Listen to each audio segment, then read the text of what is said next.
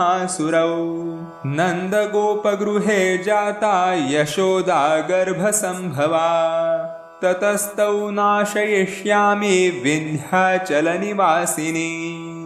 पुनरप्यतिरौद्रेण रूपेण पृथिवीतले अवर्तीर्य हनिष्यामि वैप्रचित्तांश्च दानवान् भक्षयन्त्याश्च तानुग्रान् वैप्रचित्तान् महासुरान्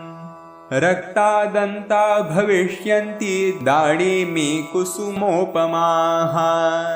ततो मां देवता स्वर्गे मर्त्यलोके च मानवाः